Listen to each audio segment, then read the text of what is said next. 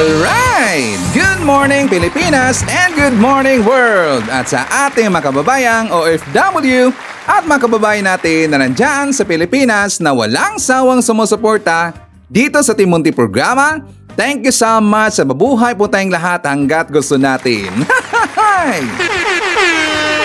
Well, anyways, tuloy-tuloy na po tayo sa tagapabalita dito ng mga tamang balita at sagutin ang maling information na ipapakalat ng mga fake news peddlers ng mga anti-Marcos, lalong-lalo na doon galing sa mga DBS na mga saltik makabayan.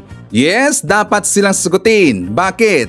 Kasi paghahayaan ito sila na lagi pong naninira araw-araw kay BBM at sa Marcos may session sa katagalan makabayan, akala mga paninira ay totoo yan sa mata ng ibang tao. So dapat silang sasagutin kasi ang bagong Pilipinas, bawal po ang mga sinungaling. At siyempre, kasama niyo pa rin si Sir Ivan, ang pinakabulol na vlogger sa balat ng YouTube. Magbibigay sa inyo ng mga totoo at mga preskong balita na kinukuha natin sa ating kapitbahay na social media. So magandang buhay sa ating lahat mga kabayan and a happy Sunday sa ating lahat. Okay, so before tayo mag-start mga kabayan, syempre, as usual, i-check muna natin ang ating mga viewers na may maraming comment dyan sa baba sa ating comment section, ang ating pong top 5 commenters. At nandito sa listahan, ang nanguna po si Ma'am Shane Sibal. Meron siyang 77 na mga comments. Nandiyan rin po si Lerma Sondita. Meron siyang 68 na mga comments. 3 boys. Meron siyang 39 na mga comments. Nandiyan rin po si Nemi Hasigawa. Meron siyang 34 na mga comments. And Rolando Nicodimos, meron siyang 30 lahat ng mga comments. Again, thank you so much po sa ating top 5 commenters. At syempre pasalamatan rin po natin ang ating po mga silent viewer dito sa ating channel. Thank you so much. At syempre pasalamatan rin po natin ang lahat ng mga viewers na lagi pong nagla-like, lagi pong nagsishares ng ating mga videos. Thank you so much. And also mga kababayan ko, i-acknowledge po natin ang ating mga channel members. Nandyan si Eliazar Tony Ginovi, nandiyan po si Cosmo Defender, Pusong Inami, Maria Luz Lagunsad, Barbara Butler, Katita Dar, Susan Torres, Edmond Casillejo, Samuel Mirado, and Via Habibar. I-greet natin ang happy birthday si Laika Yamamoto, ang anak ni Luisa Yamamoto. Happy birthday! And also happy birthday kay Beverly Wagan. And also happy birthday kay Kuya Ulay o Rolando Diaz Agpawa. Happy birthday! At syempre i-greet natin ating pong mga suki, mga early birds, yung nanguna po sa pag-comment dyan sa baba sa ating comment section. Nandyan sila si Lynn Gonzalez, Free Bronyula, Antonio Perez, Emmy Sarino, nandiyan rin po si Sarah Brightman Vlog, Rodi Ricardo, kasama rin po natin si Nida Sanga from Vancouver, Canada. Hi to Juan Pingi, Baby Jane from LA, California. I-shoutout natin si Jose Cordero, Lolita Maneja, Eliza Cañete, nandiyan rin po si Fabiana Avila, Anes Alegre, and hi to Florifi Gumapa. Okay, so kumusta ang lahat mga kabayan? How are you today? Well, of course, I'm hoping po na sana magandang ating gising ng umaga at meron tayong energetic po na aura katulad po kay Sir Ivan. Siyempre, as usual, doon po sa ating kababayan po nagigising pa lang at wala pang energy, don't worry. Painitin ko po kagad yung mga umaga kasi marami mga baon na mga pasabog at mga balita sa Saiban na magamit ho natin. Ipandibang po sa mga ibabakalat ng mga fake news ng kabilang kampo, mga fake news peddlers. At syempre mga kababayan ko, dapat silang kukurtin araw-araw kasi sila po ay salot ng lipunan. Okay, good morning Pilipinas, Luzon, Visayas at Mindanao. Okay, so mga kabayan ko, napansin natin at saka lalong-lalo na nga pala sa mga haters natin, mga DDS na mga anti-Marcos, na sabi nila fake daw ang ating top 5 commenters mga kabayan kasi pag-aakala nila kapag yung account na may marami pong comment, tinatawag nila lagi po na trolls daw yan mga kabayan. So mga haters, tingnan nyo po, merong bago na pangalan. Yan pong si Three Boys. Nandyan rin po si Rolando Nicodemos. Mga bagong pangalan ho yan. So dito, mapapatanayan nyo na po dito na talaga pong totoo ang ating pong top 5 commenters. Kasi nga very accurate po ang ginagamit natin na online applications dito po sa paghahanap natin po kung sinong may maraming kinoment na account dyan po sa ating comment section, di ba? Ano na, haters? Di ba sinabi ko sa inyo last time na kung gusto nyong malaman kung yan ba ay totoo or hindi, mag-comment kayo ng marami dyan sa ating comment section and then you will find out. Okay? So, totoo talaga yan. Anyways, wala pong trolls dito sa ating channel, kundi yan lahat na mga account na yan, sila po ay totoong accounts. Okay? So, ayun mga kabayan ko, medyo lonely ng konti si Sir Ivan today kasi nga meron pong bad news mga kabayan. Naalala ba natin, di ba meron kong ibinalita dito sa inyo at saka gin-share sa inyo mga kabayan na kasama ho namin dito sa kumpanya namin, isang Pilipino na kung saan di ba nagkasakit mga kabayan. Di ba sinabi ko sa inyo na siya po ay nagkakasakit ng cancer sa bituka at saka siya po ay aming tinulungan mga kabayan kasi nga pabalik-balik na siya doon sa hospital at saka medyo hindi na po maganda ang kanyang sitwasyon sa kanyang health mga kabayan. Lagi namin siyang nakikita po na mamilipit na sa sakit po kasi nga syempre iba talaga po kapag ikaw ay magkakasakit po ng cancer mga kabayan. And until hindi na po siya makakakain. So, merong bad news kasi nga kahapon mga kabayan, binalitaan na po kami ng kanyang pamilya na siya na po ay pumanaw. Pumanaw na po si Risley mga kabayan. So, talagang very lonely si Ivan. Kami po dito na mga nakasama po ni Risley dito po sa aming apartment mga kabayan, hindi talagang ewan ko ba, hindi namin ma-express ang aming feelings ngayon. Kasi nga, very close ho namin yung pong si Risley. Si Risley mga kabayan, mabait na tao yun. Talagang napakabait nun. Hindi namin alam, that's life talaga. At saka, ganun po talaga ang life mga kabayan na sometimes, minamalas tayo. So, yun nga, ngayon, wala na po si Risley mga kabayan. So, sa pamilya po ni Risley, saka kay Risley, rest and peace na lang po bro. So, hansalot dito kay Risley, talagang mabait niya mga kabayan. So, very lonely po ngayon si Sir Ivan. So, sa pamilya po ni Risley, my deepest condolences po sa kanila. At saka stay strong lang po mga kabayan. Stay strong po sa pamilya ni Risley at saka kay Risley, rest in peace. Okay? So, anyways, una po sa ating pag-uusapan mga kabayan ko, meron kasi nakita na balita. I think nakita niyo rin po ito sa iba pong mga vlogger mga kabayan, yung pong film director na si Jason Paul Laksamada.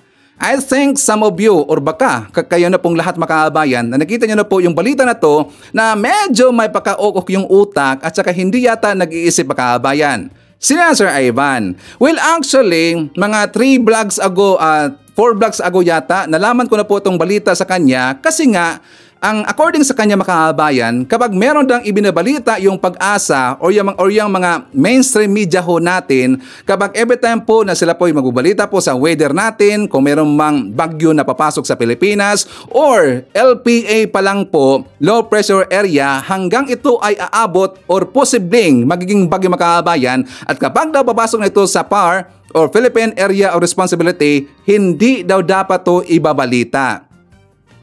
So anong rason niya si Ivan? Kasi sabi niya, baka daw makakatense yung mga tao, hindi daw ito maintindihan mga kabayan, at baka daw ma-stress sila at saka magkaroon dito po ng confusions. So mas better daw, hindi daw ito isama sa balita mga kabayan.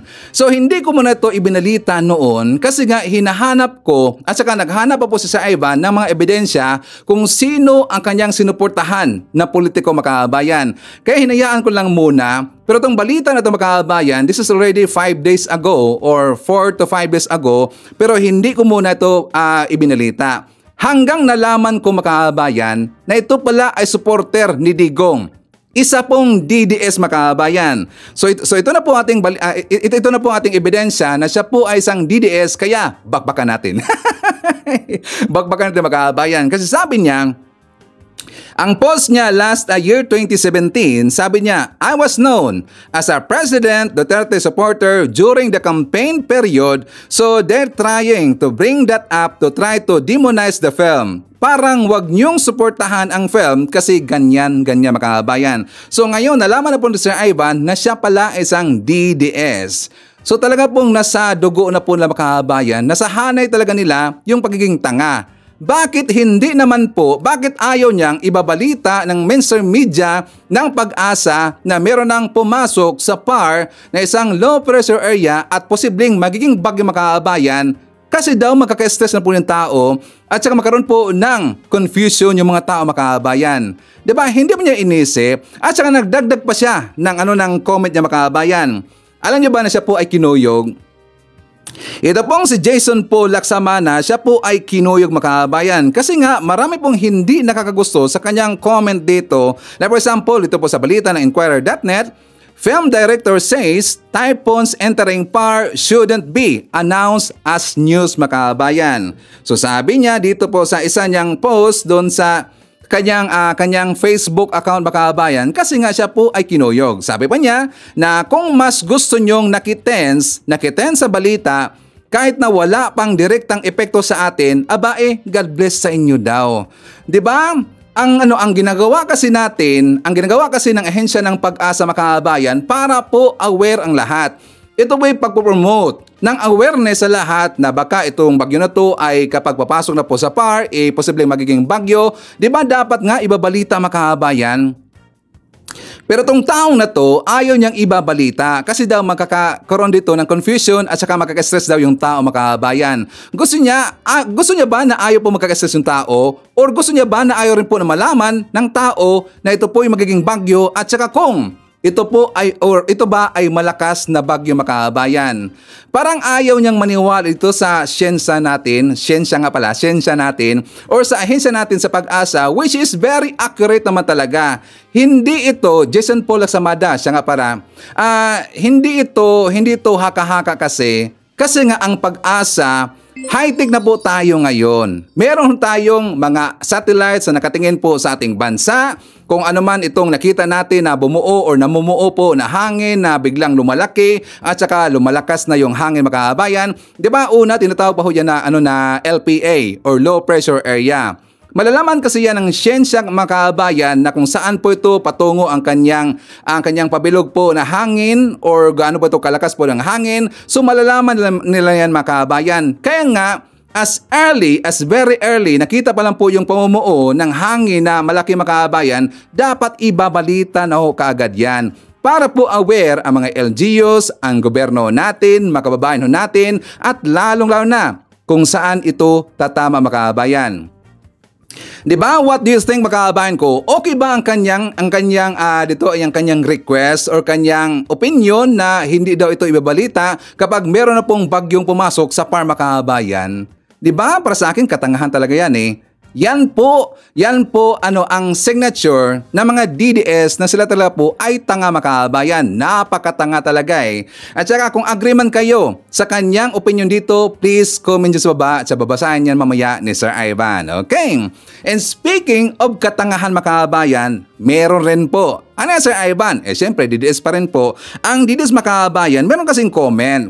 Di ba namimigay ho tayo ng mga ayuda, ang gobyerno ho natin na namimigay po ng ayuda, relief goods, tulong, or para po doon sa mga nasalanta po ng bagyo makabayan, namimigay po at saka nakikita rin po natin, nalalaman natin kung ilang milyones ang ginasto or inilabas po nating gobyerno para po itulong doon sa lugar na yon na kung saan naapektuhan po ng bagyo makabayan.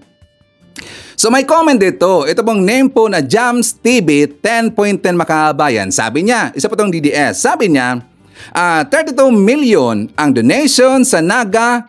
Kung 32 million ang tao sa Naga, may tag 1 milyon na sila. Bakit 5 kilos lang daw? At 3 sardinas or 5 kilos lang po daw na bigas makabayan. Ang kanyang ibig sabihin, bakit 5 kilos lang na bigas at 3 sardinas binigay na tulong, saan mapunta ang ibang donation? Nagets ba natin makabayan? Sabi niya, kung 32 million daw ang binigay na donation po ng ating gobyerno, at kung merong 32 million katao ang Naga mga kababayan, tag 1 million daw ang isang tao. Pero nagtatanong siya, bakit daw 5 kilos lang na bigas at saka 3 sardinas lang daw ang ibinigay sa mga tao mga kababayan? Nasaan daw yung iba or sobra mga kababayan? Nasaan daw yung donation? Diba? Honestly, ngayon po ako po naniniwala na meron talaga pong educational crisis sa bansa natin. Saan Sir Ivan? Sa hanay po ng mga DDS. Mga bobo talaga makakabayan kasi nga kung sinabi niya 32 million ang binigay po na tulong, tas 32 million po ang tao sa Naga, hindi dapat po tag 1 million ang isa, kundi tag piso lang po. 1 peso lang po tag-iisa makakabayan. Correct ba Sir Ivan? Diba? Very obvious naman talaga. Very easy na na mathematics makakabayan. Kung merong 32 million binigay po ating gobyerno at saka 32 million po katao dyan sa Naga, syempre, tagpipiso lang po ang isa nun. Ito pong nangalan po na Jams TV makakabayan. Diba sabi ko sa inyo, tanga talaga itong mga DDS. Naninira man lang makakabayan, naninira man lang, mali-mali pa. Diba? Nainira lang, mali pa talaga Hindi pa nag-iisip makakabayan. Itong mga tao na to, siguro nung nabasa po ito ng kanyang teacher makakabayan, malamang sa malamang, itong tao na to, hindi to inangkin na kanya pong estudyante. Kasi nga ang teacher niya makakabayan, mahiya dito Yung teacher niya na math. Naku po, kung ako dito yung teacher ng math niya makakabayan, kung ako yung teacher ng math at saka under ko itong tao na to, abay, mahiya talaga ako Kasi alam ho natin, magaling po lahat ng teachers makakabayan. Talagang tinuturuan po yan ng todo ang lahat po ng mga estudyante ho natin para lang po matuto makakabayan. Pero sa nangyari dito, ganyan lang po. Naninira man lang, mali pa. So anyways, before tayo pag-uusapan makakabayan, kasi nga, di ba yung mga DDS ngayon, kung napansin niyo po yung mga vlog ngayon ng mga DDS ng mga vlogger makakabayan, kasi nga, nauubusan na sila ngayon ng bala, ipapanira dito kay PBBM. Bumalik sila sa issue yung tungkol po doon sa, di ba yung si Colonel Grijaldo makakabayan, doon po sa isang resource person sa hearing po ng EJK ng War on Drugs doon po sa Senado. Di ba sinabi niya na siya daw ay kinausap ni Dan Fernandez, Dan Fernando ba siya makakabayan? Ni Dan Fernando at saka ni Congressman Abante para daw patotohanan yung mga sinasabi ni Garma tungkol po sa reward system makakabayan. Di ba sinabi po ni Grijaldo na siya daw ay pinilit dito, kinausap na siya in private ni Dan Fernando para daw patotohanan yung sinasabi po na reward system ni Garma makakabayan. So ngayon nga, 'di ba, nag-isip ngayon ang taong bayan at saka at stake dito. Nalagay kasi sa alanganin mga kabayan yung kredibilidad ng Quadcom hearing dahil po doon sa sinabi ni Grijaldo. Ito po yung sinakyan kagad po nila ni Bato kasi nga nakita sila dito ng way mga kabayan at saka tao na na magiging way nila po at saka pwede nilang gagamitin ipapanira sa Quadcom hearing.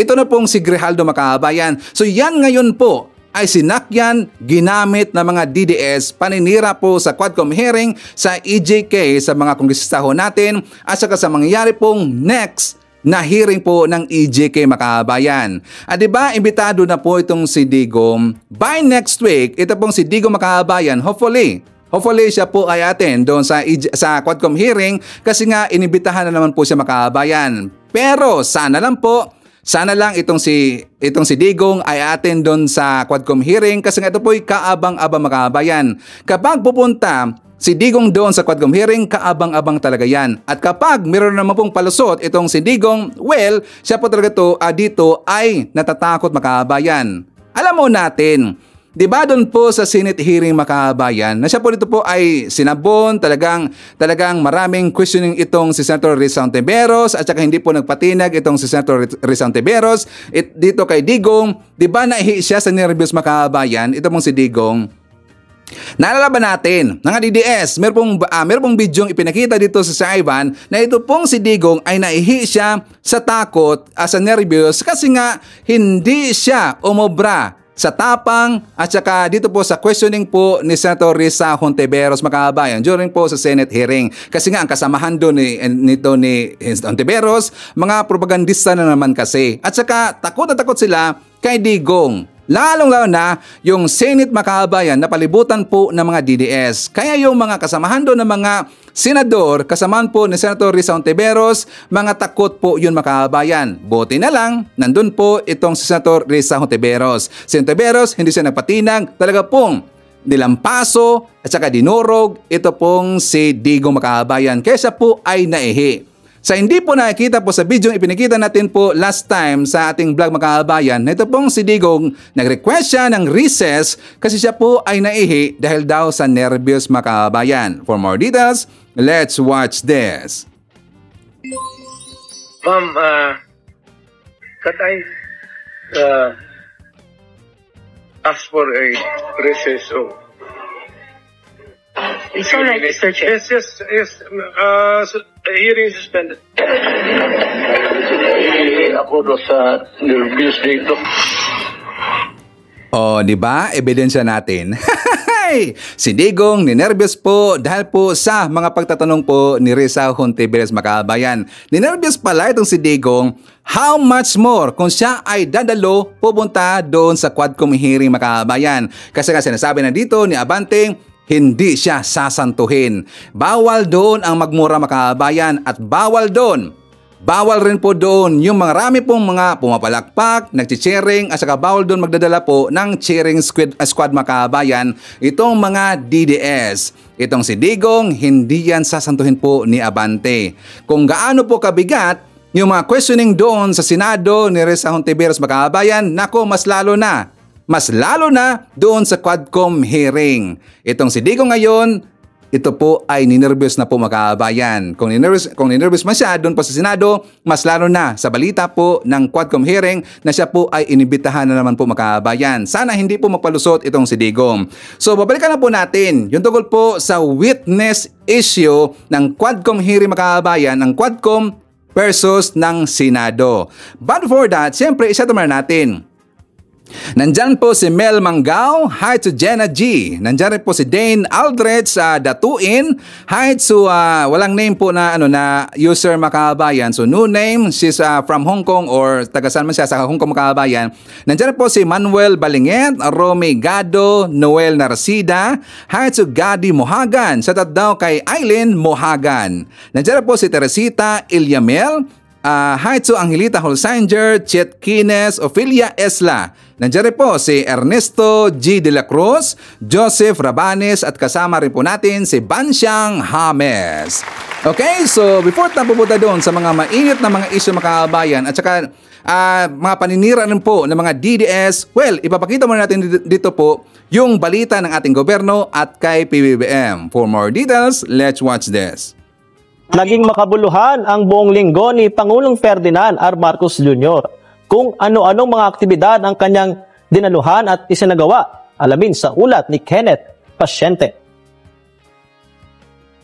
Nagsimula ang linggo ni Pangulong Ferdinand R. Marcos Jr. sa pagsaksi sa paglagda sa Lagindingan International Airport Public-Private Partnership Project Concession Agreement. Ang 12.75 billion project na ito ay naglalayong ayusin pa ang pasilidad ng paliparan para sa mas komportableng biyahe ng mga pasahero na ayon sa Pangulo ay paraan para mas mapalakas pa ang sektor ng turismo lalo na sa Northern Mindanao.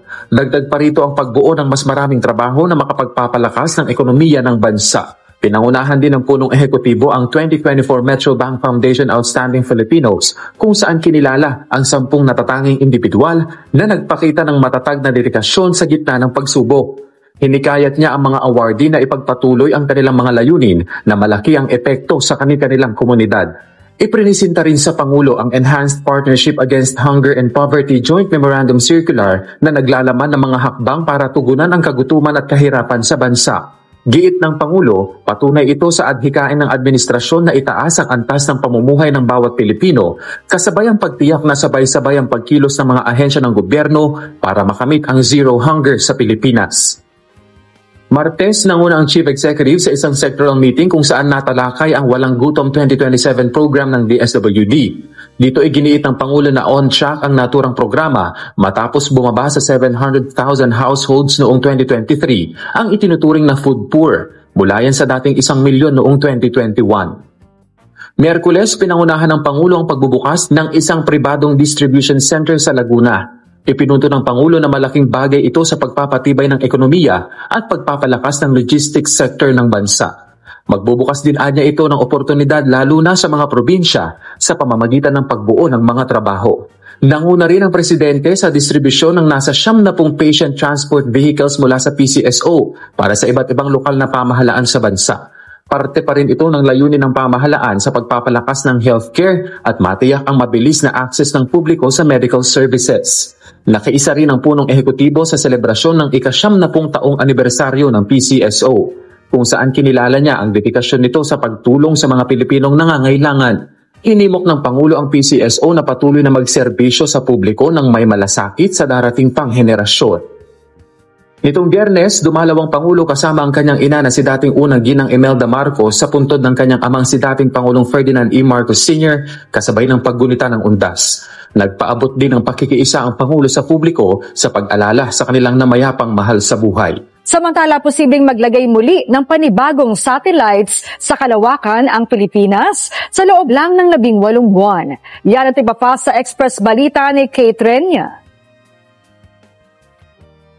Inaasahang mapapalipad na ang mga locally made na satellite ng Pilipinas sa loob lang ng 1.5 taon. Ayon kay PADC President and CEO Ramon Mitra, mahalaga ang pagkakaroon ng sariling satellite ng isang bansa, lalo't maproprotektahan ng mga mahalagang impormasyon dahil walang access o intervention ng foreign satellites. Ayon naman sa Golden Midway Defense Incorporated, mahalaga rin ito sa sektor ng agrikultura dahil maaari itong makapagbigay ng impormasyon kaugnay sa mga angkop na pananim sa bawat lugar. Idineklara ni Pangulong Ferdinand R. Marcos Jr. bilang special non-working holiday sa lalawigan ng Quezon ang anibersaryo ng pagkamatay ni Apolinario de la Cruz o mas kilala bilang si Hermano Puli. Inilabas na ng Malacanang ang listahan ng regular at special non-working days para sa taong 2025. Kabilang sa regular holidays ang New Year's Day, Mahal na Araw, Independence Day, Araw ng Pasko at Rizal Day. Dagdag na special non-working days naman ang Chinese New Year sa January 9, Black Saturday sa April 19, Bisperas ng Pasko at Bisperas ng Undas. Okay, so pag-uusapan natin ito pong post ni Crisette Lorita Cho Makabayan. So, di ba alam na ho natin, that is 3 days ago mga kabayan, di ba naglabas po ng report ng survey rating ang Okta Research. So doon po sa survey rating, nilabas po ng Okta mga kabayan, talagang napakataas at saka mas lalong tumaas ang trust rating at saka yung approval rating po ni PBBM. Nakita na po natin, ito pong trust rating at saka approval rating po ni Sara mga kabayan, patuloy po itong sumadsad. At hindi na po napigilan makabayan. Kasi nga, di ba, sunod-sunod po yung mga issue dito ni Sara Duterte. Every time po na meron siyang presko na ginagawa, talaga po siya po ay bumabalintong makabayan. At saka nag-meltdown po sa lahat ng kanyang preskon. Maraming nagagalit, saka marami po dito nagsasabi, ito pong si Sara Duterte ay wala na po sa katinuan makabayan. Hindi na po yung mga karaniwang tao makabayan, pati na po yung mga professionals, di ba, psychologists, yung mga political analysts, yung mga kalyado po ng iba po ng mga politiko makabayan, sila po nagsasabi na wala na talaga po sa katinuan itong si Sara Duterte at hindi po dapat siya po ay hahawak ng posisyon dyan sa gobyerno natin makabayan. Diba, everyday po kung saan sa atin magpumunta doon sa Facebook account, sa Twitter, or doon sa TikTok na marami pong nananawagan na dapat na daw itong si Sara Makabayan ay impeach na. Kasi nga hindi na po maganda ang kanyang ipinapakita dito na attitude, karakter, hindi niya inisip Makabayan na ang hinawakan niya na posisyon is second highest posisyon dyan po sa gobyerno natin. Pero ang kanya ipinikita dito, well, talagang maraming sasabi na siya na po dito ay parang meron ng sinto makabayan. Kaya nga, nakikita dito po ng taong bayan dyan sa Pilipinas na hindi na talaga okay itong si Sara, kaya po bumaliktad na po makabayan. At marami nang sumuporta kay PBBM. At marami na pong nakita dito kay PBBM sa kanyang ginagawa po ng ating presidente, ng ating gobyerno, which is nasa tama pong direksyon ang plano, ang ginagawa po ng ating gobyerno at yan po ay sa pamamahala ng ating presidenteng si PBBM. Kaya tumaas lalo ang trust rating, tumaas lalo ang approval rating ng ating Pangulong si PBBM. Pero si Sara Duterte, bumulusok pababa makabayan. So ngayon,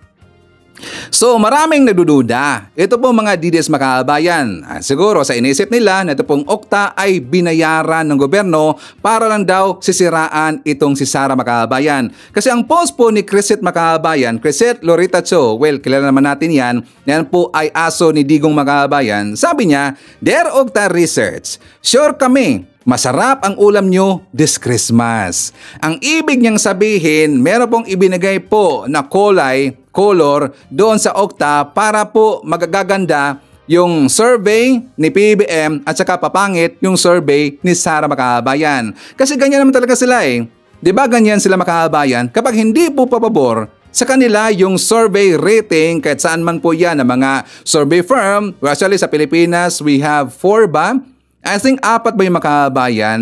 Yung yung Tanghiri, meron yung Publicos, nandyan rin po yung Okta Research, at saka yung isa Makabayan, yung yung may-ari po na isang radio station or yung Veritas nga pala, yung Veritas. 'Di ba? Kapag every time po na itong 4 na to maglalabas po ng survey Makabayan at saka hindi pa pabor po sa kanilang politiko na sinusuportahan, iniisip lagi na ito po ay nabayaran. At hindi rin po na iniisip na yung Publicos Makabayan, ang nagmamay-ari niyan, yung pong si Tikia, isa pong DDS Makabayan. Pero yung last po na inilabas na survey rating po ni Tikia ng Publicos, sumadsa rin po ang survey ni Sara Duterte Makabayan. Ang ibig sabihin, binayaran rin po itong si Tikia. Di ba Crisette Lorita Cho, ang ibig sabihin, kasi nga pangit rin po ang survey rating doon sa Publicos na ang nagmamay-ari itong si Tikia, binayaran din po itong si Tikia. Sige nga, Crisette, I challenge you. Mag-comment ka dyan sa baba kung sa tingin mo ba ay nabayaran na po itong si Tikia.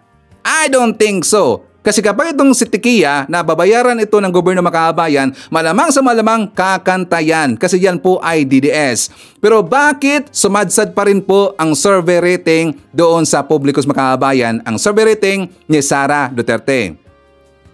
So, ibig sabihin yan, nagising na po sa katotohanan. Nagising na po ang majority ng mga Pilipino na hindi maganda na babalik pa sa power, sa kapangyarihan itong mga Duterte. Kasi hindi sila maganda na lider Makabayan. Mas lalong papangit ang imahe ng Pilipinas, mas lalong sumadsad ang ekonomiya sa Pilipinas at mas lalong tataas ang utang ng Pilipinas Makabayan.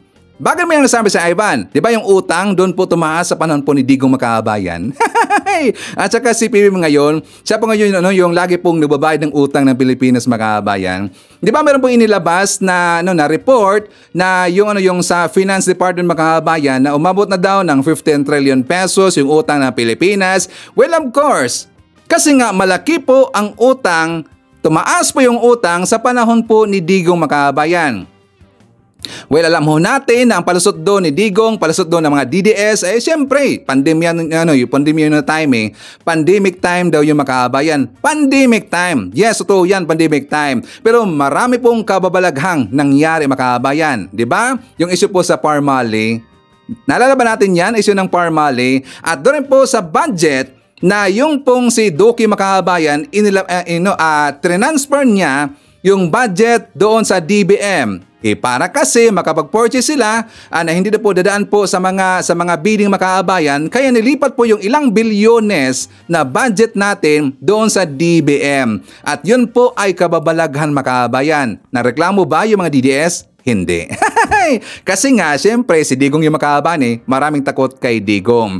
So maraming kababalagan po sa panahon po ni Digong. Pero ngayon, kinoyog si PBBM ng mga DDS kasi daw tumaas yung utang sa Pilipinas.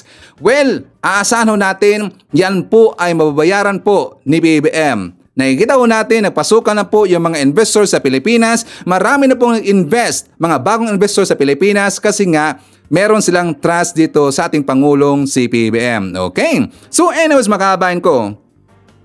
At meron pong comment doon po sa doon po sa post ng ating kababayan, ating kakilala po na vlogger Makabayan. Kasi nga repost na ito doon po kay Rene Astudillo. So sabi kasi ni Rene Astudillo Makabayan na kapag daw pabor sa kanila yung survey rating, okay na okay sa kanilang Makabayan. Okay daw sa mga DDS. So ang comment dito ni G. Serrano, sabi niya, mismo kapag paayon sa naratibo ng mga DDS yung survey results ng Okta Research, okay na okay sa kanila. Kapag hindi pa ayon sa naratibo nila, may diferensya daw ang Okta Research. Anong klaseng mentalidad yan? Ikamusta naman yung survey na mula sa isang research firm na ang may-ari ay malapit kay BP Sara at todo suporta sa mga Duterte? Di ba kahit doon ay parang spagetting pababa ng pababa din ang trust at saka yung approval ratings ni BP Sara? Bakit hindi nila sinasabi na may mali sa naturang survey?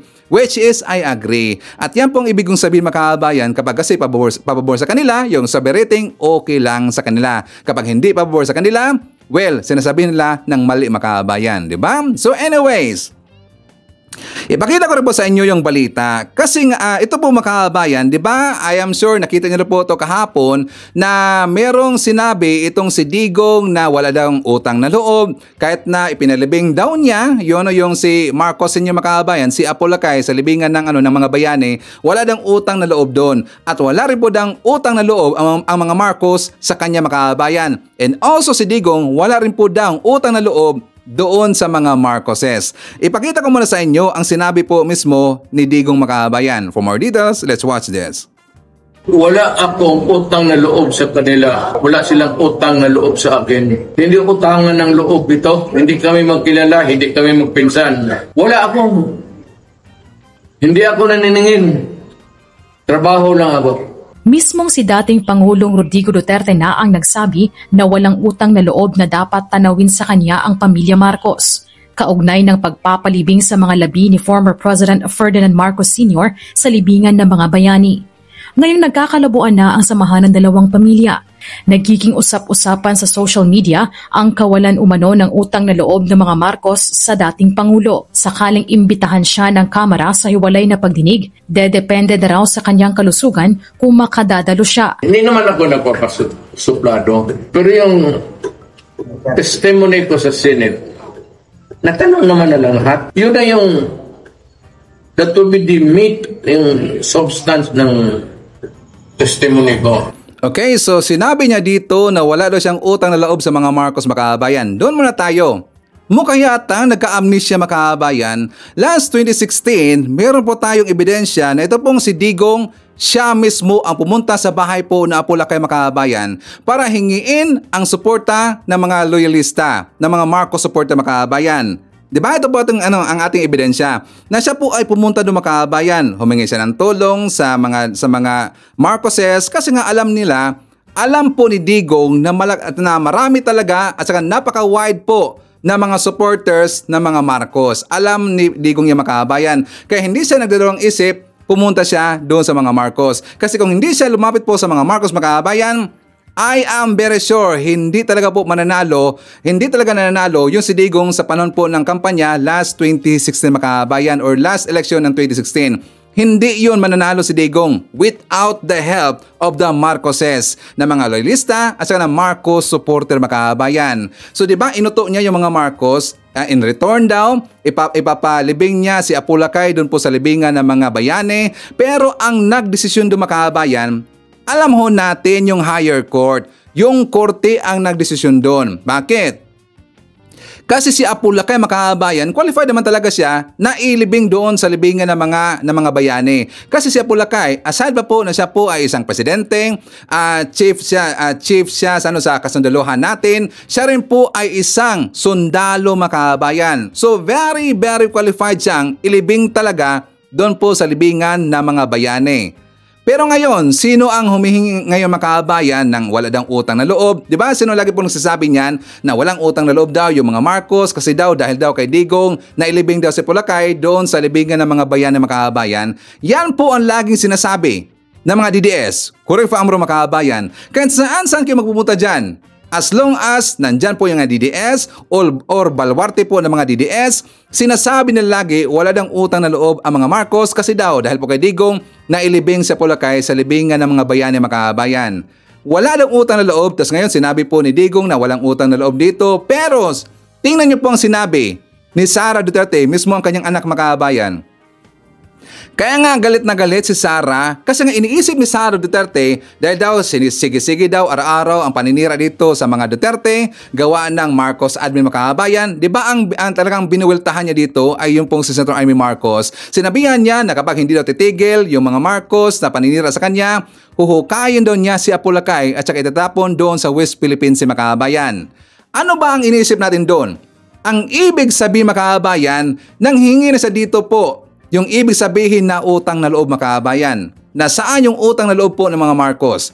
Diba? Tapos sinasabi dito ni Digong, wala daw siyang utang na loob makabayan. Mukha yata nagka-amnesia eh.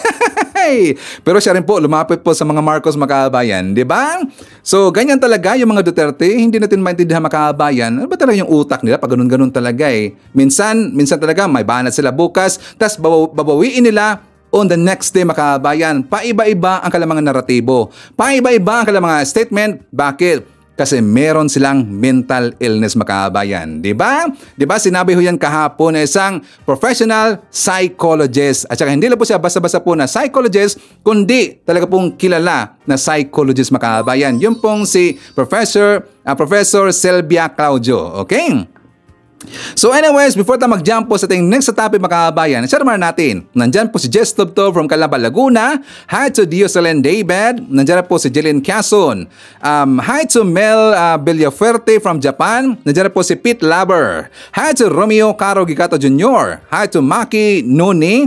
Nandiyan rin po si Rons Ariglo Molinio Ramos. I-shoutout natin si Lula Taray. Nandyan sa Japan. Hi to Raul C. Miralles from Glendale, California. Nandiyan rin po si John Wick. Hi to Jemson, Jimboy, Jeriel, and Regine, Umadawi, Cebu. Greetings from Rodolfo Ranadarbor of Tansa, Cavite. Hi to Evelyn Garcia. Kasama rin po natin si Niel Menjola. Hi daw sa Esperanza Ilustrisimo at ang kapatid ko sa Muntinlupa na si Corazon Beroya. Greetings from Estrella Diaz Menjola. Okay. So makaabahan ko, ipakita ko muna sa inyo ang vlog ni Mike Abe. For more details, let's watch this. Sa ayaw at sa gusto ng mga sabihin natin na ayaw sumuporta, sa halip ay bumabatikos pa sa Marcos administration ang rule of law, pagpapairal ng batas at pagrespeto sa karapatan ng kahit sino. Yan ang maganda. Alam niyo kung bakit? Kasi kung yung mapapansin, tama-tama, ngayon pa naman ay undas. Mukhang masasama rin yata sa mga nagluluksa at malulungkot na sektor na nakakaalaala ng mga mahal nila sa buhay na nawala na sa nakalipas na panahon. Itong kalungkutang kakaharapin at kinakaharap na ng mga identify na pro-Duterte o ayaw sa ating administrasyon dahil nga sa kailang mga kaso na kinakaharap sa kasalukuyan. Alam niyo kung bakit? Ang nakapile na pong kaso, reklamo before Department of Justice ng pamahalaan na pinangunahan ng Philippine National Police at ng Presidential Anti-Organized Crime Commission ay mga kasong qualified human trafficking, sedition at inciting to sedition. O di ba antindi? Sino bang naunang kinasuhan ng sedition at inciting to sedition? Ni General Torre ng Criminal Investigation Detective Group ng PNP matapos ang kailang investigasyon. Ang kinasuhan dyan ay sina Eric Celis at Dr. Loren Badoy, yung mga anchor ng SMNI sa kanilang YouTube or social media channel. Wala naman sila sa broadcast na dahil suspendido at kinakancel ng Kongreso ang kailang prangkisa, kaya hindi na ho sila itinuturing na mamamahayag or lehitimong media. Sila po ay nasa platform nga po ng social media ngayon. Okay? Kasama din yung isa pang vlogger na kanilang news, ang kanilang anchor dyan. At yung mga abogado, dalawang abogado, si Atty. Torion at iba pang mga tauhan ng Kingdom of Jesus Christ ni Apollo K. Buloy na identify na pro-Duterte or anti-Marcos sila. Nag-withdraw nga sila ng support sa ating administrasyon. So ayun, ang rule of law. At ito naman bagong kaso na ipinail naman ng Presidential Anti-Organized Crime Commission, Office of the President, under retired General Cruz, okay, ay qualified human trafficking. Na ngayon ang dahilan kung bakit posibleng makulong si Harry Roque, ang abogado ni Duterte at dating spokesperson na di umano may kinalaman naman sa illegal na POGO operation. Okay? Yan po, mabibigat. Non-bailable offense ang qualified human trafficking. Malamang makasama siya ni Kibuloy sa kulungan. Kasi yung kaso ni Kibuloy, qualified human trafficking diyan sa RTC ng Pasig. Ito rin ang kinakaharap ni Harry Roque before DOJ. At pag nakita ng DOJ prosecutor ang mga probable cause, dadaling sa korte yan. Ayan ang sinasabi natin. Iba pa yung mga kasong libel na isinampa sa RTC Pasig o RTC Quezon City ni dating Senador Trillanes laban sa mga news anchor din ng SMNI at itong si Harry Roque. At kung yung mga gunita, si Trillanes din nagfile ng kasong smuggling laban din sa mga Duterte. So yan po yung kinakaharap. At yan ang tamang proseso kasi ang pinapairal ng Marcos administration, inuulit ko, ay rule of law. Irespeto ang karapatang pantao, dalhin sa korte ang usapin, din magkaroon ng trial, bigyan ng due process ang mga akusado, at yun ang umiiral ngayon. Mas maganda yan kaysa sa magsisiraan or magpipersonalan, away sila, pero walang dimandahan. Ito ang nangyari, paninira nila, kung ano man ang kailang ginawa, nakita ng pamahalaan na mayroong posibilidad na paglabag sa batas. Kaya ang batas ang papairalin na sa tamang proseso ngayon. O di ba? Yan ang magandang ibalita at magandang nangyari. Hindi katulad ng mga nakaraan na yung mga inosenteng mamamayan, simpleng mamamayan, naging biktima ng walang kalaban-laban dahil sa kanilang operasyon. Alam na natin kung ano yun. Di ba? Kaya nga ngayon isinasagawa ang malalimang investigasyon. At yung paghaharap ng kaso sa mga identify pro Kibuloy at Duterte camp, hindi po yan harassment. Yan po ay pagpapairal ng batas, rule of law nga at due process. Yan ang tamang proseso. Diba? Kung iniisip ng kanilang mga followers, supporters na itong mga kasong ito ay harassment o paninira or panggigipit, karapatan nyo sabihin yan. Pero kung mas malawak ang inyong pangunawa at naintindihan ninyo ang mga pagpapairal ng paghahanap ng hustisya o katarungan, yan ang tamang proseso. Kasi hindi sa social media, hindi sa media ang tamang proseso. Kaya yung kailang mga ginagawa, kaya nga sila kinasuhan ng libelo, cybercrime law, pinairal. Kaya sila kinasuhan ng inciting to sedition, sedition and inciting to sedition, dahil meron silang maaaring nilabag na batas. Kaya kailang haharapin yan. Di ba? Yan ang demokrasya.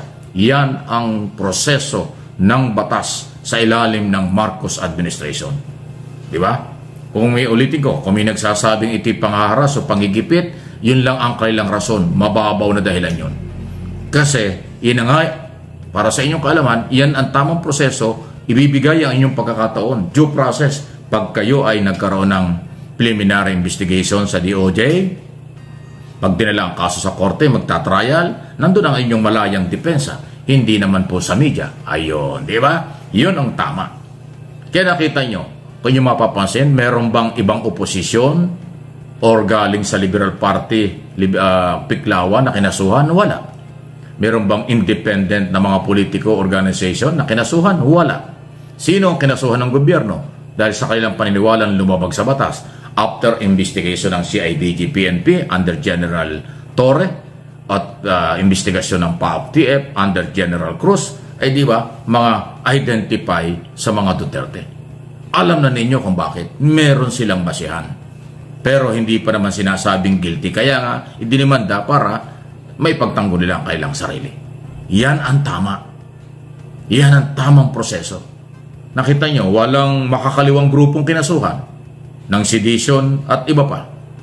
Qualified human trafficking kasi wala naman silang ginawang ganun. Ito lang naman kabilang kampo na ang feeling nila sila yung magagaling, sila yung matatapang, sila yung may karapatan lang, ay hindi pwede. No one is above the law. At yun ang ating ipagmalaki. Kaya paki-like po ninyo, paki-share po ninyo ang ating mga video pinag-uusapan dito. Para makadagdag tayo ng kaalaman na nasa tamang galawan, nasa tamang proseso. Batas ang pinaiiral, hindi kapangyarihan, hindi panggigipit, hindi pangharas. Bibigyan sila ng tamang proseso at pagkakataong ipagtanggol ang kailang sarili. At kung hindi sila magiging maingat sa darating na mga panahon, mananatili ang batas at meron silang maaaring panibagong pananagutan. Responsibility ng gobyerno ito. Accountability nila pag hindi nila ginawa. Kaya maging sa pribadong sektor, meron din kayong accountability. Okay, so ito na mga DDS, makinig. So naglibot-libot ako doon sa 6 po ng mga vlogger makahabayan. So napag-usapan nila doon kahapon, talaga pong synchronize. Kasi ibinalik nila yung issue po ni Grijaldo makahabayan, yung balita ni Grijaldo na siya po ay pumanig doon sa kina ni Bato makahabayan, doon po sa Senado, di ba? Na kung saan sinabi niya na siya daw ay kinausap ni Dan Fernandez, ni Abante ng Quadcom hearing makahabayan para daw patutuhanan yung mga sinasabi, ang mga pag-amin po ni Garma makahabayan, yung tungkol po sa reward system. And also sinabi po yan ni Leonardo makahabayan. So ito daw si Grijaldo pinilit, kinausap ng sekreto makahabayan. So doon po sa Senado, nung sinabi ho yun ni Grijaldo, well siyempre talaga pong iba-iba yung mga inisip po ng ibang tao makahabayan. Kasi nga doon po sa pag-aamin ni Grijaldo na may miligro dito ang kredibilidad po ng Quadcom hearing makahabayan ng Quadcom. Baka daw iniisip dito na meron pong tanim witness makahabayan. Kahit meron pong isang nagsasabi doon sa Senado, which is sinabi daw na feeling niya siya po ay hinaras nila ni Dan Fernandez at saka ni Abante makahabayan kasi daw gusto nila na patotohanan ang sinabi po ni Garma, which is malaking impact kasi yung makahabayan. Na may miligro dito ang kredibilidad po ng Quadcom. So ngayon alam mo natin po ang point dito ng mga DDS kung bakit gin-brought up nila at saka halos araw-araw nila pong pinag-uusapan yung tungkol po doon sa kay Grijaldo makahabayan kasi gusto lang sisirain ang kredibilidad po ng Quadcom hearing. Ngayon, so meron pong usapin dito. Yung bang kakausapin, yung magiging resource person or yung witness makahabayan, okay lang ba? Or ito ba ay labag sa batas kapag kakausapin po ang resource person or witness before po sa hearing makahabayan? Please comment dyan sa baba, babasahin yan mamaya ni Sir Ivan. Ulitin na po natin, okay lang ba sa tingin ninyo na kakausapin yung witness before po mangyari yung hearing makahabayan? So before that, isatumar natin, nandyan po si Wing Salvatierra, hi to Gorgonia Angala, Emerald Gemini, hi to Jaime Ignacio, Alicia Lick, nandiyan po si Sita Druha. Hi to Mercy Calatrava, Rosalie Cartera, kasama rin po natin si Rolando Ulay Diaz Agpawa, Elsa Sabuco Jeronimo Singgian, kasama natin si Apple Nash, Boboy Elmido Costin Sadugno, nandiyan rin po si Elsa Hoffman, Judith Dumas Panya, Victor Robin, and hi to Gabs Gabayan. At para maintindihan natin mga DDS, i-compare ho dito ng RTIA ng Raffy Tulfo in Action makahabayan, mga witnesses doon sa Raffy Tulfo in Action versus sa Quadcom hearing. Ano bang pagkakaiba niya makahabayan? For more details, let's watch this. So, pag-usapan natin dito, pag sinabing tanim witness, si Grijaldo. Colonel Grijaldo. Correct? So, ang tanong natin dyan, kanya-kanya tayong ibig sabihin, okay lang kung ano mga opinion nyo. Para mas maganda yung ating usapan at matuto tayo. Okay? Partner, kasi itong si Colonel Grijaldo, siguro naman topic na to sa news sa inyo, di ba? Ito yung umappear doon sa Senate hearing at sinasabi niya na siya daw ay kinausap nitong sila Kong Dan at saka ni Congressman Abante. At parang pinipilit siya mag-testify at i-confirm yung reward system na di umano na inamin na sa statement naman ni Colonel Garma. So, sinabi niya wala daw siyang alam. So, walang nangyari. Walang statement, wala. So, ngayon, siya yung nag-testify sa Senate nga, nasasabi niya na pinipilit siya doon sa Quadcom. Mhm. So nalagay sa bingit ng alanganin si Congressman Dan at saka si Congressman Abante na ngayon ay pinupulaan ng iba na tama, nagtatanim lang ng witness. Kumbaga, lahat na nagawa nila, parang pati yung mga nagawa na nung nakaraan, lumalabas na baka lahat yun tanim witness lang, planted lang, na hindi totoo, pinilit lang, mga ganon. Attorney. So, ang tanong natin ngayon, ito bang si Grijaldo ay, tama ba ako? Tama ba yung aking analysis? O lung lahat ng witness doon, tanim witness? Saan tayo mag-ano doon? Saan tayo mag-concentrate? Kay Grijaldo lang? Hindi, attorney. Sino?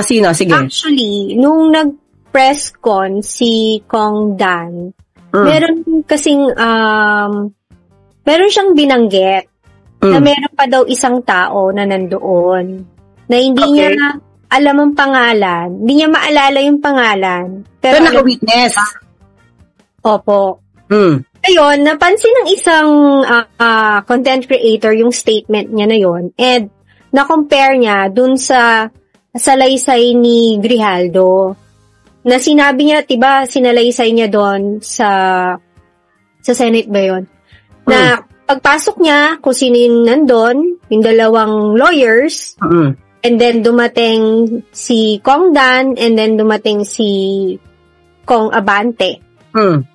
So, lumalabas sa bilang, 5 sila na nandun sa loob ng kwarto. So, sino yung nabanggit ni Kong Dan na isang staff na nandoon sa loob na hindi niya alam ang pangalan pero alam niya yung mukha. Yun yung naging parang question mark. Okay, so sino yung tanim witness? Yon. Saitan natin tanim witness. O nga, tanim witness yung staff o si Grijaldo? Yung staff. Kasi in-enumerate ni Grijaldo kung sino yung mga nandun sa kwarto.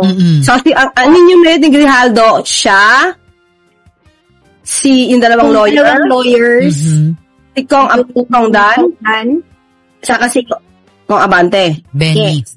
So, 5. Yes. So, lumalabas may pang-6. May pang-6. Dun sa sinabi ni Kong Dan during dun sa kanyang press con. So may parang isa na nakita niya nandoon. Ang tanong natin, nung nakita niya ba all throughout the meeting nandoon? Yun yung question mark. Okay, so marami tayong tanong dito kasi okay. So, tama ba tayo tayong 5 nagkakasundo tayo sa issue natin na yung tanim witness ay yung staff, hindi si Grijaldo? May patungkol din to kay Grijaldo? May patungkol din kay Grijaldo. Parang may napanood ako, Tony, na parang kay Grijaldo. Oo. Okay. Hindi ko kasi alam yung issue nung sa staff pero yung napanood ko si Grijaldo ang tanim. Parang ang balak nila is itanim ito as witness sa Quadcom. Tama? Doon tayo mag-concentrate? Tama ba tayo? Pwede din po. Tama. Miss Art, doon muna tayo Sige, banggitin na rin natin. Banggitin natin si Panghapiao, itong si staff, kasi parang hindi siya material Okay? Ang tanong natin, kung nandun man yung staff, tanong ko, nandun ba? All throughout the meeting, nakinig ba siya? Diba? Baka pagdating lang, umalis naman, so hindi natin alam. Yun ang tanong, kasi ang assumption is, hindi pwedeng magkamali si Grijaldo dun sa mga sinabi niyang kasama nila na nandoon sa loob ng kwarto. Bakit naman? General siya, diba? So, Colonel lang. Colonel ba? So, pag Colonel, pwede magkamali. Ang General, hindi. Police Colonel. Hindi pwede magkamali. Trained official siya. Being in service. Okay. Pero, aware siya of his surroundings. Pero ang trained official, pwede magsinungaling. That's the question also. Kung trained official ka, ng totoo. Ay, gusto ko, tayo dito Ibig sabihin, huwag kayong mahiya na magtanong. Huwag kayong mahiya. Kasi issue to I encourage you. Sige po. Hindi, I encourage you na, sabihin niya, kasi para makuha natin. Huwag kayong mahiya kung may itatanong ako or what. Okay. Sa debate, hindi naman to debate, pero I mean, exchange of ideas Exchange tayo. lang Okay? po, oo. Okay, kunin ko yung kay Miss R na trained siya. Okay, Trained siya. Kung trained siya, gaano siya ka-trained? Di ba? Gaano ka siya kagaling? Doon tayo, Sa policeman. Sa policeman, kasi sabi ng isang content creator, although ayoko siya i-debunk, baka kaibigan ko yan. Baka kaibigan natin yan. So, sabi na tayo. Kaya wag na nating, hindi ko na alam kung sino. Doon lang tayo sa facts na pinag-usapan natin. Kung magaling siya, na-trained siya, so, dapat lahat ng tao, dapat memorize niya kung sino nandoon, di ba? Yes. Okay. Kung trained siya, ganun siya kagaling, ang tanong ko, bakit ang tagal niyang inimbestigahan yung pagkabatay ni Barayuga? Dapat mas magaling siya doon. Kasi kung yung staff doon, petty-petty lang yon, not material, pwedeng nakita ni Dan. Hindi natin alam kung saan lugar siya nandoon eh. Yes. Nandoon si staff, nandun ba sa may bandang likod, hindi nakita, hindi natin alam. Wala kasi tayo doon. So, pwedeng hindi nakita ni pangalan ni Grijaldo. Police Colonel, oo. Hector. Or pwedeng, since hindi ito importanteng tao, na hindi nga rin naalala ni Congressman Dan kung ano yung pangalan, alam niya lang yung mukha. So, ang dating for me, hindi siya ganun ka-material. So, pwedeng, sa mata ni Grijaldo, baka hindi siya nag-exist or lumabas. Hindi natin alam kung saan point in time na nandoon. Okay? So, kung sasabihin na issue na trained yan, so dapat memorize niya yan, hindi ko siya bibilhin. Kasi kung trained siya, dapat alam niya na kung sino ang yumari kay Barayuga. Dahil at that time, chief siya ng Mandaluyong. Bakit? Ilang taon na, 2020 pa yon, diba? Naka-assign siya doon. Ngayon lang nalaman kung sino lang yung umako nitong Quadcom hearing. Yun lang Pwedeng pare-pareho naman tayo ng opinion eh. Kaya lang, syempre, yun yung nakikita ko. Sa perspective ko, yun yung nakikita ko. Yung ibang kaibigan natin, kung iba nakikita, I have to respect that. Kasi pwede naman ganun din. Diba? Pero kung ganun ang pag-uusapan, may ibabalik akong ibang tanong. Kasi kung training ang pag-uusapan natin, argument, may ibibigay ako ibang argument. Diba? So, okay na tayo? Okay na tayo sa issue ni Si Barayuga nga po yung di ba, naging dahilan kung ba't siya natanggal doon?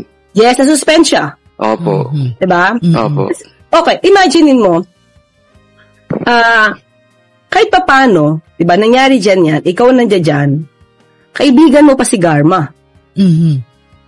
Diba? Oo. At ang tanong, bakit at that time na malapit na itong pagplanuhan, saka ka-inassign dun? Isa lang yun, diba? Isa lang. Convenient. Pwedeng, ang tawag ito, nagkataon? Pwedeng nagkataon. Pero yung kabagalan mong kumilos, train ka, parang hindi naman yung pagkakataon. Connect the dots. Sige, Miss Rose. Miss R. Strategy silang sinusundan. Diba? Kasi may project yun eh. Talagang, kung sanay sila, diba? Kung sanay sila, may mga plano-plano. Yun. Talaga, i-appoint doon kung sino yung pwedeng magligtas doon sa gagawa. Para malinis, smooth. Tama. Diba? Naging smooth nga eh. Hindi nga pinag-usapan, remember? Attorney. Hindi yan pinag-usapan. Walang pumiyok na kung tutuusin, panahon to ni dating Pangulong Duterte. That was a diba dapat, especially kung cabinet member mo yan, mas aligaga ka na ipahanap. Diba? Sabi niya pagka gumawa ng krimen, diba? KILL? Yung pumatay doon, diba kriminal? Ba't hindi agad pinahanap? Di ba naman pinahanap? Unang-una, ang laki naman ng confi funds niya. Intel funds niya. Diba? Dapat pinahanap. Pinahanap. General Anyo, ano to? DILG? Mista niya pa yun. Bakit tahimik? Oo. Diba? Yun lang. Okay. Doon tayo naman kay Grijaldo. So, okay na tayo dun sa isa kasi sabi natin, hindi natin alam kung nakita. Depende kasi baka nandito dito sa kabila, hindi nakita. Ano man, di ba? Baka pwede. Pwedeng ganon eh. Okay, sige. Yung kay Grijaldo, kung tanim witness ba to? Kasi balak ba siya? Diniscuss ko to no isang kahapon, diniscuss to kahapon. Sabi ko, hindi ko alam kung nakatulog na si Addicto Says, medyo gabi na kasi, pero mukhang malamang nakatulog na, okay? Ang tanong natin ganito, sige, kayong tatlo tanongin ko, kung di nyo man napanood yung aking vlog kahapon, sige, kayo tatanungin ko. Ha? Kagabi. Ikaw, Addictus Rex. Pwede ba kumausap? In general to, pwede bang kumausap ang mga lawmakers na magkakaroon ng Senate hearing, ng hearing in aid of legislation? Kasi yung tanong ni Karen Davila dapat nyo ba, anong business nyo para kausapin ang resource person? Ang tanong ko, pwede bang kausapin ng mga lawmakers, ng mga mambabatas, kung may hearing patungkol sa isang issue, ang isang resource person? Sino po ba o ano po ba ang magsasabi kung bawal o hindi? Hindi ba batas? Yes. Nasa batas po ba na bawal? Wala, oo. At saka, that answers my question, your question, Your Honor. Pero, Attorney Claire, Addictus Rex, may panayam si Representative Benny Abante. Yung nga pinag-uusapan doon, Attorney Claire, na sometimes daw, minsan daw, yung resource person ay nakikiusap na kausapin privately before testifying. Yun ang sabi ni Congressman Representative Benny Abante. Yes, tama. Miss R, ikaw, MUG, ikaw muna, sige. Okay, ang tanong ko po, walang batas pero may rules ba sa Senate? Wala rin. Pero para sa akin po, hindi po ako pabor na kausapin yung resource person. In private. Baka magkaroon ng bias na yan Okay, sige. Kasi ginagawa po tayo dito ng batas, bakit mo kakausapin yung resource person? Okay. Diba? Ididikta mo ba sa kanya kung ano sasabihin? Ay, ibang usapan yon. Parang ganon, di ba? Huwag tayo doon isa-isang issue tayo. Ang tanong natin, pwede bang usapin? Ibang issue yung diktahan eh. It's foul. Doon lang tayo sa issue ng pwede bang usapin. Para sa akin, hindi po. Okay, sige. Miss R, ikaw. Sa akin, personally, hindi rin. To avoid tainting yung mga actions nila.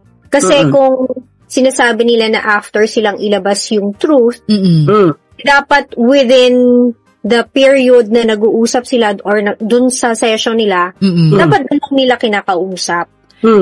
Para walang masasabi kahit sino or kahit anong sides na parang prepare or whatever. Magkakulay, no?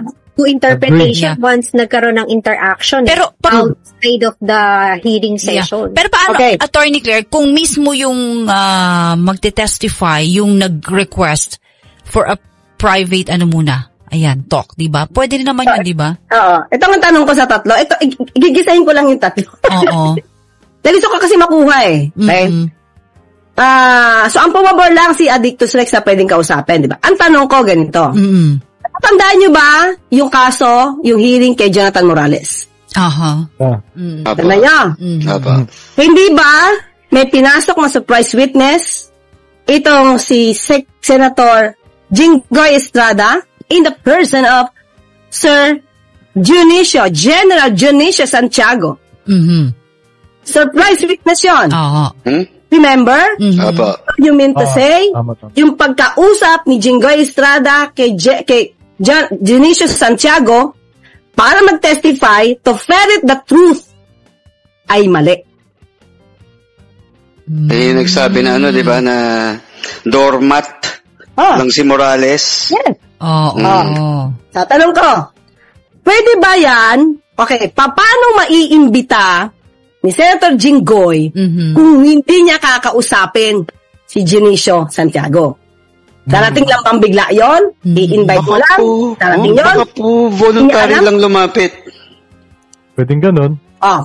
Okay, doon tayo. Voluntary lumapit. Pero kinausap, di ba? Paano po ninyo na siguradong nakausap? paano na siya magte-testify? Alam na ni Jinggoy kung anong sasabihin niya. May affidavit na, no? Sworn affidavit. Meron na. So in general, so dun tayo sa issue, in general ha, iba kasi yung issue na pinilit. So wag niyong pagsamahin yung pagkausap sa pinilit. Mali talaga yung pamimilit. Dapat. Yun yung issue na mali. So, dun sa dating na kausapin, wala akong nakikitang mali doon. Bakit? Okay, attorney. Kasi, una-una, tama si Addicto says, wala sa batas, wala sa rules.